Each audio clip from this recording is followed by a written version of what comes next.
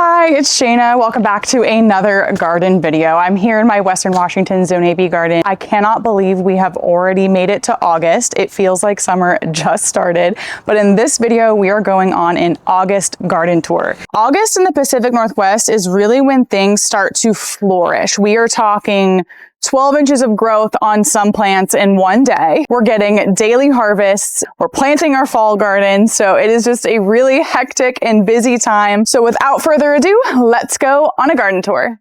Starting with the vegetable garden. So I've got pumpkins growing up this arch trellis. I now understand all of the hype from a pumpkin arch trellis. The pumpkins look so gorgeous climbing up the side here.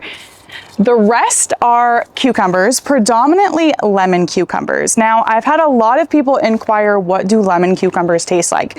And contrary to the name, they don't taste like lemons, but they do kind of look like lemons when they're fully mature. So you'll know they're ready to harvest when they are a light yellow to lime green color and the spikes can easily be rubbed off. They do have more of a mild cucumber taste. I like them. I will be growing them again. However, they do seem more difficult to preserve over the long term. So I am in the market for some lemon cucumber recipes. If you have any, please drop them down below. I quite literally cannot keep up with harvesting them fast enough. They are so productive, which is fun, but I am swimming in lemon cucumbers, which is a good problem to have. Now, as for the rest of the bed, the lemon cucumbers are starting to take up a lot more of the bed, but we have got a lot planted in here. We've got multiple pepper varieties. This is a bell pepper. I have a Scotch bonnet pepper, which I'm really excited for because my close friends introduced me to pickles, which is like a Caribbean-based version of, I don't want to compare it to sauerkraut, but it's like fermented cabbage with Scotch bonnet peppers and carrots, and it's heavenly. So that's why I'm growing that. This is a volunteer red cherry tomato plant that I really need to figure out what to do with because it is taken over everything. Nothing's ripening. I'm just getting like a ton of small cherry tomatoes, and I do think if I were to prune it, I would get like more consistent large red cherry tomatoes rather than just like a bush taking over and nothing is really growing that much or good in size. Oh, I also have a mini bell pepper, macaroni pepper. Up here in the front, I've got a burgundy amaranth, which is a striking plant, and it's also edible. You can eat it and mill it as grain, apparently. I've never done it. This is my first year. It's a year of firsts for a lot of things. This is a Black Beauty zucchini. I am starting to get powdery mildew. If you guys watched my last video, I mentioned preventative measures for powdery mildew. Of course, I didn't start them. So I will be pruning back the leaves that are hit pretty heavily with the powdery mildew. Then I'll be spraying a diluted hydrogen peroxide solution on the leaves. So that's on the zucchini. And then I have a really large patty pan squash plant, and I'm finally getting squash on these guys, which is super exciting because I feel like I'm so late to the game. I got a zinnia right here, putting out a lot of flowers. I've been trying to be better about pruning them to produce more flowers. Every year the garden just gets like more and more bountiful and prettier. What a fun hobby. On the front of the bed here, this is a Cinderella pumpkin. It's finally starting to grow little baby pumpkins, and then I tried to wrap it all the way around to this front garden gate and then wrap it along the fence. So I'm going to try to grow it horizontally along the garden fence. We'll see if that works. I've also got, oh, this is another pepper, a Paragon sweet pepper. Parsley, my parsley, despite it being August and being like a more cool weather crop, is doing phenomenally. I think it's like wrapping itself in the shade of the squash plant. How adaptive. Amazing. On to the next bed. Got more peppers, more squash, more cucumbers in here. Zinnias, cilantro, amaranth, a tomato, casperita, mini pumpkins. I did sow watermelon and cantaloupe seeds. I know it's really late, but they did sprout. So we'll see how those end up doing. As for the pepper varieties, I have 2 jalapenos. I've got more bell pepper, poblano pepper, more mini bells, 2 butternut squashes, 1 Jaharadale green pumpkin that's going pretty crazy. I find it really odd that that side of the arch trellis is growing super lush and this side is like completely stunted. Now, I don't know if it's because I harvested cabbage and cauliflower in the fall and maybe just need to give it some more fertilizer, which I will do. I will fertilize the squash and the peppers with a high potassium and phosphorus-based fertilizer because that will promote more flowers, more blooms, equating to more fruit, rather than like a high nitrogen, which is more to like promote green leafy growth development. My plan with the squash, because the cucumbers weren't doing well, was to feed some of them this way to climb the arch trellis if the cucumbers weren't going to catch up. And the squash have caught all the way up from this side of the bed to the cucumbers. I also planted some scarlet runner beans on this arch trellis. I'm really curious to see how the peppers do in this bed because the squash is acting as a mulch. Now, it is covering up some of my peppers here. So I think I do need to cut back at least a couple leaves so they can get more light. But then eventually these guys are gonna grow taller than the squash, and then it will just be acting as a mulch, helping to retain moisture, making sure the soil doesn't stay exposed and splash up and create disease on the plant. So I'm really curious to see how this ends up working out for my peppers. This pepper made it above the squash. Oh, looks like it's another poblano. I have a volunteer potato that popped up that obviously I missed. I don't know if those are cosmoses, some sort of flower that I sowed. I think that's basically it. On to the tomato bed. We've made it to the vertical tomato trellis. So we're at the stage where we're harvesting a lot of tomatoes finally. I've got quite a few different varieties. I've got a sun gold, which is by far doing my best out of all of the tomatoes so far in terms of harvesting because they're smaller and they have less days to maturity. And then I've got San Marzano, Roma, Beefsteak, Umpqua Beauty. And then in between all of the tomatoes, I've got quite a bit of basil. So in prior years, I only grew like 1 to 2 basil plants. I never really harvested that much basil. And this year I grew like 8 basil plants, and I'll probably grow more. So I'm pruning it in a way to produce more leaves, but I just feel like where I live, it takes so long to heat up that the basil takes a really long time to get established. Definitely gonna be planting like more herbs in future years, like quantity wise, so I can get continual harvests. As a reminder, harvesting your herbs prevents them from going to seed and flowering. I am pruning these tomatoes pretty heavily because I am growing them densely vertically. A lot of people will bite your head off if you say you're pruning your tomatoes. But because I'm growing them as densely vertical, I am pruning them back. I am leaving a couple leading vines. So I am letting some get, but depending on the plant, more vines, like this red cherry, for example. I need to have my husband help me trellis this up with twine so I can add another layer. And then I have another layer of San Marzano as well. Ooh, I actually have a San Marzano that can be pulled. So I am pulling the San Marzano, like I say in all of my tomato videos. I pull them when they blush. And the reason why, I can show you the reason why. Let's go over here. I harvested a couple Umpqua Beauties when they blushed. This one I left on the vine to ripen more, and look, something tried to eat it. I would guess a squirrel, but this is evidence that I should not be leaving my tomatoes to fully ripen on the vine.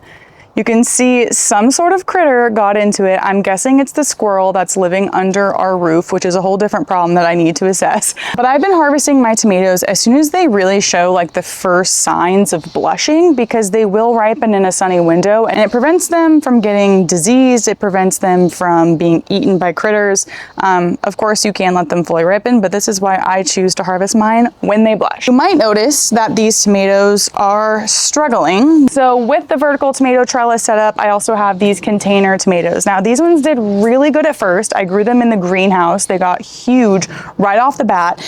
Now they're struggling now, and I think it's because of a couple different reasons.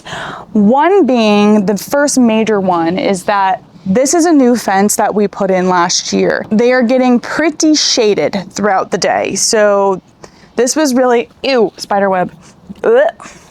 This was really a design error or design flaw for putting them here, but at this point it's too late and it is what it is for me. So we're just gonna leave it. I think it is because they're getting too much shade from the fence, and then also these containers, I'm just not sure that they're big enough for optimal growth. They are kind of on the smaller side, not the size of container. Well, third thing, that is another one, but fertilizer. So I've gathered that your container plants do actually need more fertilizer than a raised bed. I really haven't been good about fertilizing them as well, so I will also include that on my fertilizer routine tomorrow. The third garden bed. So I've got a lot of celery. The celery is really starting to fill in, which is super fun. And I love growing celery. Not that I eat a lot of celery, but I think that's why I actually like to grow it, because I can just harvest it and pull it when I need it. And it's like a permanent fridge sort of deal. And it doesn't go bad because I'm notorious for letting celery go bad. I am trying to get into juicing too, and I want to do more like green celery juice type stuff. More peppers, no surprise. We've got hot Hungarian peppers, a gypsy pepper, another macaroni pepper, Anaheim, Fresno, what else? Mini bell. I've got leeks. I have started harvesting my leeks. I harvested a leek last week by just chopping it at the base, and it literally grew back like just 2 days later. I'm not even joking. It's crazy. And another leek is popping up. So I am trying to harvest my leeks by cutting them at the base because they will grow back, not as like vigorously, but you should be able to get like another little stalk out of it at least. This massive volunteer sunflower. What's funny is like all of my plants that are volunteers, I've just decided to leave because they end up doing this. They just go crazy. I also have a lot of red onions that are going to be ready for harvested. Some are starting to bolt, so I will have to harvest those because those will not cure for long-term storage once they start to bolt and form a flower head or seed pod. And I can actually show you what that looks like. So if I go over here, this one is starting to do it. Red onion. So you can see on the greens, this, okay. Well, it's not focusing well, but so you have the red onion and then I have the greens, and then here you can see the one that kind of shot up and is forming a little seed pod, this little bulb at the tip here. And this is what will form the flower, thus forming seeds. Once your onion does this, it will not cure for long-term storage. So I'm just pulling it and gonna use this quickly. It's really small. I am excited to make my own pickled red onions from the onions I grew in my garden. How fun. I found an example of slime mold. Now, I had this in my garden last year and I was absolutely appalled. It's not harmful. I don't know. I'd have to look into it. I don't know for sure, but I'm pretty sure this is slime mold. Cucumbers mixed along this edge. This was another succession sowing, so that way, hopefully, when those ones finish, I'll have another round of cucumbers going. Welcome to the final row of my vegetable garden. You can really see the magnitude and scale of this sunflower plant. Insane. It's almost touching the power lines. And coincidentally, this is what I think is a rutabaga seed that probably the wildlife kicked out of the garden bed. And then it sowed itself in the gravel and conveniently is the best rutabaga that I have growing in my garden. As it goes. These two back beds, I've got multiple different kinds of corn growing. Unfortunately, I don't have as much corn as I wanted because chickens broke in and dug up and ate a lot of the corn.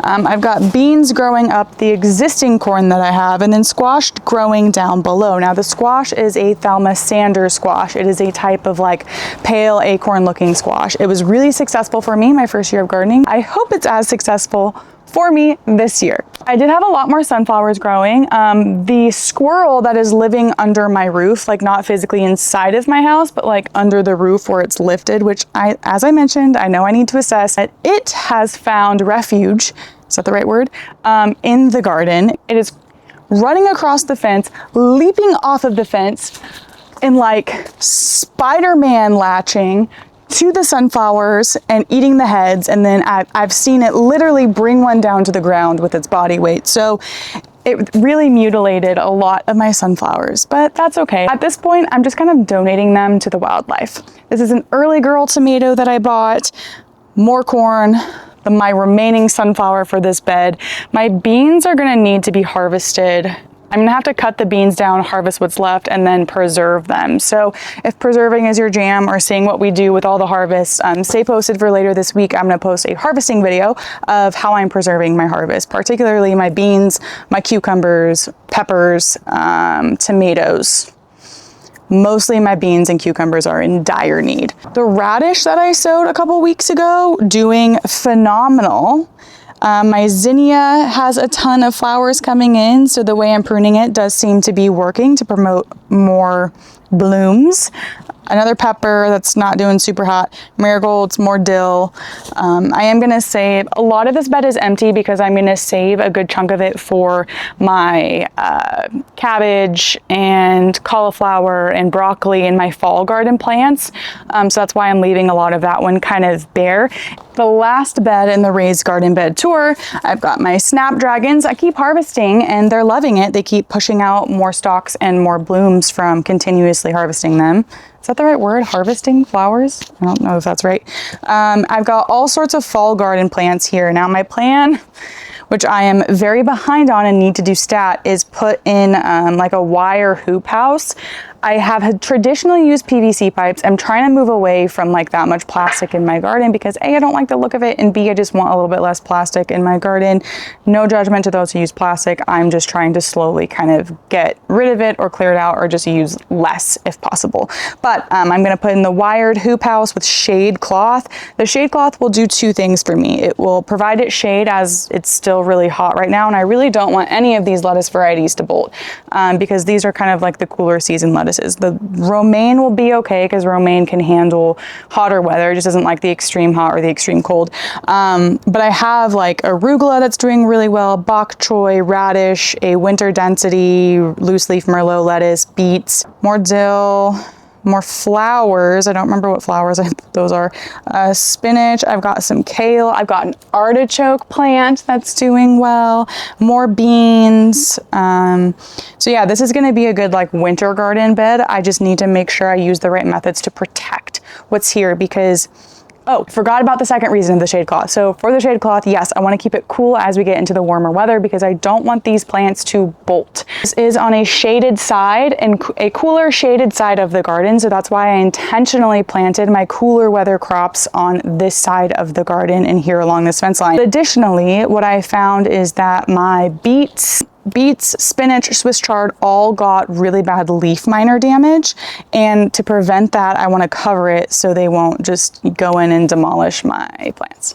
It looks like the cabbage moths already found my kale, unfortunately. And I noticed there are some eggs on here. And it's crazy how desensitized you become the longer you keep gardening. This is my third year gardening. And I used to watch videos of people squashing like bug eggs with their fingers. And it was repulsive. And I was like, never could I do that. Here I am and I'm doing it. And the amount of things that I would be disgusted by originally, I now am like, okay, just poke it off, touch it, whatever, it's all fine. But yeah, I'm squishing the eggs, that way they won't keep eating this kale.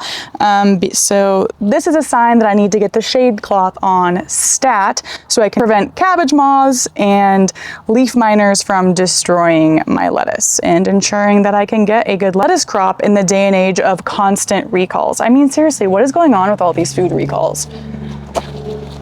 I've been harvesting daily from these tomatillo plants, like literally daily. I'll pick all the ones that I think are ready, and then the next day I have another handful ready to be picked. So I did actually roast some tomatillos last night with homegrown onions and peppers, and I'm going to can a bunch of salsa verde with them. I'm also going to use these to make enchilada sauce, but if you have any other tomatillo recipes, please send them my way because that's pretty much all that I make with them. I just love these plants because they're so productive, and this Florida weave is not doing a great job of concealing them in, so I really got to work on this. They tend to take up a lot of space, so I just didn't want to give up my raised bed space, so I decided to plant them in ground.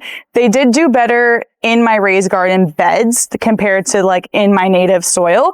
But overall, I'm getting way more tomatillos than I'm really able to consume anyway. It frees up a lot of the beds for all my copious amounts of peppers and squash.